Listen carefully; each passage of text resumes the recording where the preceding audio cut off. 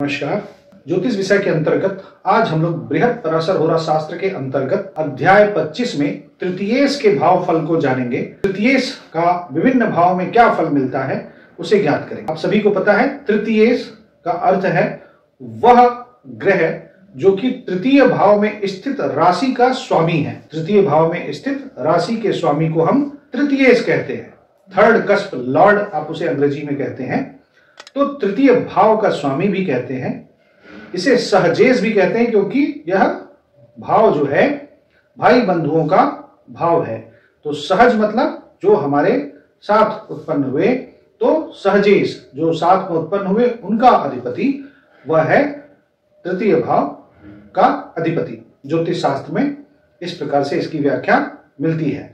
तो आज के इस विषय को समझिए कि जब किसी का यह प्रथम भाव, द्वितीय भाव, तृतीय भाव, इस तृतीय भाव में जो राशि लिखी है उस राशि का अधिपति, उस राशि का जो स्वामी है वह ग्रह है तृतीयेश। और वह तृतीयेश यदि लग्न में बैठा, किसी भी व्यक्ति का तृतीय भाव का स्वामी यदि लग्न में बैठा हो तो देखिए तृतीय भाव हमारे दाहिने हाथ को संकेत करता है। और हम दाहिने हाथ से क्या करते हैं? कला का कार्य करते हैं, शिल्प का कार्य करते हैं, स्किलफुल वर्क करते हैं। और आप ये समझिए कि हमारे अंदर एक अच्छा खासा मिस्त्री होने का गुण जो है वो तृतीयेश देता है, स्किलफुल बनाता है। तो जब यह तृतीयेश लग्न में बैठ जाए तो व्यक्ति स्वयं धनोपार्जन करता है, मतलब व्यक्ति अपना स्वयं को इन्वॉल्व करता है और धनोपार्जन में लगता है, यानी अपने व्यक्ति अपने सारी पुरुषार्थ से धन का अर्जन करता है। सेवा जानने वाला सामान्यतः मैंने आपको बोला कि एक मिस्त्री के फॉर्म में समझिए, एक मैकेनिक के फॉर्म में समझिए, इसको इंजीनियर मत समझिए, इसे मैकेनिक समझिए। तो ये वो व्यक्ति है जो सेवा को जानता है, मतलब लोगों की सेवा करना भी जानता है, अच्छे से जानता है।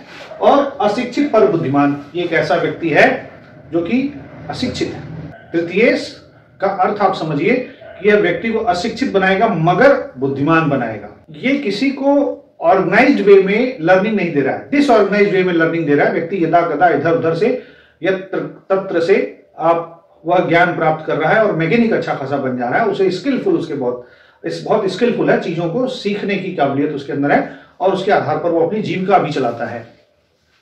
फिर यदि तृतीय भाव का स्वामी किसी की कुंडली में आपको द्वितीय भाव में दिखे तो इसमें बृहत पराशर होरा शास्त्र में बताया गया कि यह व्यक्ति स्थूल देह का अर्थ है बहुत बड़ी काया, बहुत मोटा लंबा चौड़ा व्यक्ति होगा। बलहीन, मोटा लंबा चौड़ा है, स्थूल देह का तो है मगर बल नहीं है, उसका बल नहीं है, उसे आप प्लम्पी बॉडी कह सकते हैं। इसके बाद कह रहे हैं थोड़े कार्य का आरंभ करने का जो सेंस है, वो पुस्तक में शब्द तो ये लिखे हैं कि थोड़े कार्य का आरंभ करने वाला, मगर उसका अर्थ है कि व्यक्ति कामचोर है, ज्यादा बड़े काम नहीं लेना चाहता, छोटे काम लेना चाहता है, छोटे काम लेना पसंद करता है, बहुत ज्यादा काम में अपने आप को उलझाता नहीं है। सुखी, तृतीय भाव का स्वामी यदि द्वितीय भाव में बैठा तो इस व्यक्ति का सुख नहीं है, सुख से कमी हो रही है। और पर स्त्रीग्रामी, द्वितीय भाव का संबंध अपने अगले भाव से बन रहा है और तृतीय भाव का स्वामी अपने से 12वें जा रहा है, तो इसमें व्यक्ति को पर स्त्रीगामी कह रहे हैं कि ऐसा व्यक्ति दूसरे की पत्नियों में स्नेह रखेगा, ऐसा पुस्तक कहती है, सब बृहत पराशर होरा शास्त्र कहती है। फिर जो अगला नियम है वो ये है कि तृतीय भाव का स्वामी तृतीय भाव में ही बैठ जाए तो ऐसा व्यक्ति सहोदरों से सुखी मतलब ऐसे व्यक्ति के भाई बंधु इतने अच्छे रहेंगे कि उसको हमेशा सुख दिए रहेंगे, उसके हमेशा साथ दिए रहेंगे। धन पुत्र से युक्त, उस व्यक्ति पर धन भी है और पुत्र भी है, संतान भी है।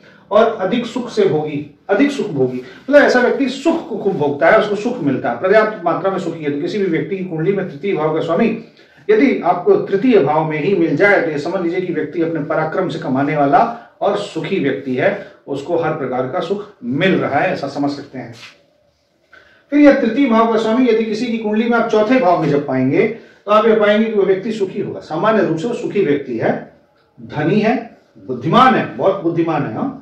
और दुष्ट स्त्री का पति है। इससे एक चीज और समझ में आता है कि दुष्ट स्त्री का पति है। दुष्ट स्त्री का पति का क्लासिकल टेक्स्ट में दुष्ट स्त्री का पति है। आप इसको अगर समझने का प्रयास करेंगे तो आप यह पाएंगे कि चौथे भाव से 12वां भाव हो गया तीसरा भाव और 12वें भाव का अधिपति चला गया इस भाव में। तो यह भाव मानसिक सुकून का है, रात की नींद का है। और यहाँ पे द्वादश भाव का अधिपति यदि बैठ जाएगा तो आदमी की रात की नींद उड़ जाएगी, मानसिक सुकून चला जाएगा। तो मानसिक सुकून किस अवस्था में जाएगा? तो उस प्रकार से ग्रंथकार ने जो है इमेजिन करके लिखा है कि दुष्ट स्त्री का पति होगा तभी तो उसका रात का सुकून जाएगा। ठीक है, फिर अब तृतीय भाव का अधिपति यदि पंचम भाव में बैठ जाएगा तो व्यक्ति पुत्रवान होगा, संतान सुख अच्छा होगा, गुणी होगा, उसके पास ढेर सारे गुण होंगे। यदि पाप ग्रह से युक्त अथवा दृष्ट हो तो दुष्टा स्त्री का पति होता है।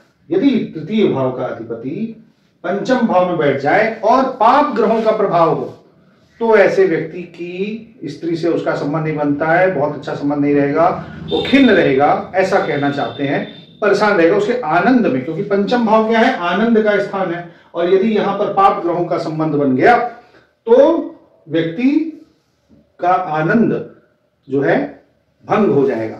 इसलिए ऐसा ग्रंथकार कहना चाहते हैं कि दुष्ट स्त्री का पति होगा व्यक्ति। फिर तृतीय भाव का अधिपति यदि किसी की कुंडली में छठे भाव में बैठ जाए तो ऐसा व्यक्ति भाई से शत्रुता करेगा। ऐसे व्यक्ति के अपने भाइयों से नहीं बनेगी, शत्रुता होगी और बड़ा धनी होगा, धनी बहुत होगा, और ऐसे लोग मतलब खूब पैसा जुटा के रखेंगे, ऐसा बात होगी। मामा से शत्रुता, ऐसा व्यक्ति अपने मामा से शत्रुता करेगा, मगर ग्रंथ में यह भी बात लिखी है कि मामी से स्नेह रखने वाला, ऐसा व्यक्ति अपनी मामी से प्रेम करेगा। मतलब एक क्वेरल है, एक सामान्य झगड़ा है जो सामान्य रिश्ते में हो जाता है, तो ऐसा व्यक्ति अपने मामा से तो झगड़ा करेगा मगर जो अपनी मामी से झगड़ा नहीं करेगा। मतलब एक कूल शीत युद्ध जैसा स्थिति है, ऐसा समझ सकते हैं। फिर तृतीय भाव का अधिपति यदि किसी की कुंडली में आप सातवें भाव में पा जाएंगे तो यह व्यक्ति राजा का सेवक है, बाल्यावस्था में दुखी, अंत में सुखी। यानी जब बच्चा पैदा हुआ, जब वो बच्चा है, बालक है, तब तो बहुत दुखी है, अंत अवस्था में सुखी हो जाएगा। क्यों सुखी हो जाएगा? क्योंकि वह राजा का सेवक है। जो व्यक्ति राजा की सेवा करेगा वो तो सुखी हो ही जाएगा। तो तृतीय भाव का स्वामी यदि सातवें भाव में बैठा है तो व्यक्ति राजा का सेवक अर्थात गवर्नमेंट एम्प्लॉय है। एक बहुत अच्छा संकेत मिल गया वह उन लोगों के लिए जो लोग गवर्नमेंट सेवा की तैयारी कर रहे हैं। यदि उनकी कुंडली में तृतीय भाव का स्वामी सातवें भाव में बैठा है तो वह राजा का सेवक है, अर्थात वह व्यक्ति गवर्नमेंट जॉब पा सकता है। एक बहुत अच्छा योग बृहत पराशर होरा शास्त्र से आप सरकारी नौकरी पाने का समझ सकते हैं। इसी प्रकार से जब तृतीय भाव का स्वामी अष्टम भाव में चला जाए तब क्या होगा?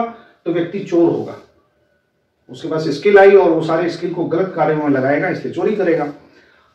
नौकरी करने वाला दूसरों की नौकरी कर रहा है, यहाँ पे नौकरी को अच्छे सेंस में नहीं कह रहे हैं, वो नौकरी करने वाला, अब ये प्राइवेट नौकरी भी हो सकती है, गवर्नमेंट भी हो सकती है, प्राइवेट भी हो सकती है, यहाँ पे प्राइवेट की संभावना ज्यादा समझिए। और राजा के द्वारा मरण पाने वाला, अर्थात पुराने कालखंड में राजा लोग उसको बड़ी सजा देते रहे होंगे, आज के कालखंड में ऐसा संकेत समझ सकते हैं कि ऐसा व्यक्ति हो सकता है कोई नौकरी पाए और नौकरी पाने के बाद उसमें कुछ दंड पा जाए, कोई पेनाल्टी आ जाए, ऐसा। तो देश काल परिस्थिति के हिसाब से चीजें बदलनी पड़ती है, उनकी ट्यून बदलती है, मूल बात तो वही रहती है। फिर तृतीय भाव का स्वामी यदि नवम भाव में ठीक यहां से सातवें स्थान में चला जाए तो पिता के सुख से हीन, ऐसे व्यक्ति को पिता के सुख की कमी है। स्त्री के द्वारा भाग्योदय, ऐसे व्यक्ति को स्त्री के द्वारा भाग्योदय होता है। अब स्त्री के द्वारा भाग्योदय का अर्थ यह है कि यह व्यक्ति को हो सकता है कि कोई बहुत बड़े धनी महिला का संपर्क हो जाए और वह इसको कल्याण कर दे, इसकी नौकरी लगा दें, इसके ऊपर जो है खूब आशीर्वाद बरसा दें और कह दें जाओ तुम इतने पैसे ले लो, तुम इतनी नौकरी यहाँ पे नौकरी पकड़ लो, तो उसका जो भाग्योदय होगा किसी स्त्री की वजह से होगा, ऐसा संकेत मिलता है। और पुत्र पौत्र आदि से युक्त, मतलब ऐसे व्यक्ति की संतान होगी, पुत्र होंगे, पौत्र होंगे, ऐसा होगा, दादा भी बनेगा, ऐसा संकेत है। फिर तृतीय भाव का स्वामी यदि दसम भाव में बैठ जाए तब क्या होगा? तो सब प्रकार से सुखी है, व्यक्ति हर प्रकार से सुखी है। अपने पराक्रम से धन कमाने वाला, पराक्रम का भाव ही है, वो चला गया दसम भाव में तो निश्चित तौर पे अपने पराक्रम से धन कमाएगा। और दुष्ट स्त्रियों को पालने वाला, अब यह व्यक्ति दुष्ट स्त्रियों को पालता है, मतलब इसके पोजीशन में ऐसी लेडीज की विंग रहेगी, ऐसी कई लेडीज हो सकती हैं जो कि थोड़ा स्वभाव की, रूखे स्वभाव की हो सकती हैं, विचित्र स्वभाव की हो सकती हैं, ऐसा कहने का सेंस है। पुस्तक ये कह रहा है कि मतलब बहुत ही विचित्र स्वभाव की हो सकती हैं। फिर तृतीय भाव का स्वामी यदि एकादश भाव में चला जाए तो व्यापार से धनी, ऐसा व्यक्ति क्या होगा? व्यापार से धनी, व्यापार करेगा और धनी हो जाएगा। विद्याहीन पर बुद्धिमान, ऐसा व्यक्ति पर विद्या नहीं है, मतलब उसने कोई रेगुलर यूनिवर्सिटी में जाकर के पढ़ाई नहीं किया है, मगर उसको पास बुद्धि है, ज्ञान है और दूसरों की सेवा करने वाला। फिर वही बात, दूसरों की सेवा करके उसने चीजें सीखी हैं और साहसी, बड़ा करेजियस है। फिर तृतीय भाव का अधिपति यदि द्वादश भाव में चला जाए तो होगा कुकार्य में खर्च करने वाला, यानी बुरे कार्य में खर्च करने वाला, अच्छे कार्य में खर्चा नहीं करता है, गलत कार्य में, इसका पैसा गलत कार्यों में लग जाता है। उसका पिता क्रूर। अब ऐसे व्यक्ति का जो पिता होगा, बृहत्पराशर होरा शास्त्र कहती है कि ऐसे व्यक्ति का जो पिता होगा वह थोड़ा क्रूर हो सकता है। स्त्री के द्वारा भाग्योदय, फिर वही बात आ गई, ऐसे व्यक्ति का भाग्योदय स्त्री के द्वारा हो रहा है, तो यानी कि इसके ऊपर कोई स्त्री का बड़े जो है धनाढ़ स्त्री का कोई आशीर्वाद लग जाए, बोले भाई चलो जाओ हमारे यहाँ इस कंपनी में काम करो, इस तरह से कुछ बातें हो सकती हैं। तो ये जो आज का हमने फलित बताया, ये हमने बताया तृतीयेश के आधार पर, तृतीय भाव का अधिपति कुंडली में 12 खानों में जहां जहां बैठेगा उसके आधार पर। आपको यह बात स्पष्ट करना चाहता हूं कि कुंडली में कोई भी चीज यदि एक स्थान से मिले तो उसे कंफर्म मत मानिए, जब तक वह चीज 2-3 जगहों से वैसा फलित न बनने लगे।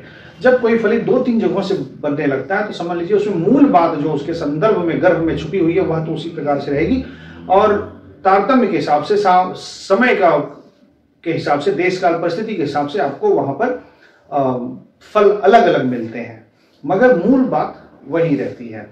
तो आज हमने तृतीय भाव के स्वामी का विभिन्न भावों में फल जाना। अगला वीडियो मैं चतुर्थ भाव के अधिपति के नाम पर लेके आऊंगा, जहां से आपको अपने भूमि और संपत्ति का ज्ञान होगा।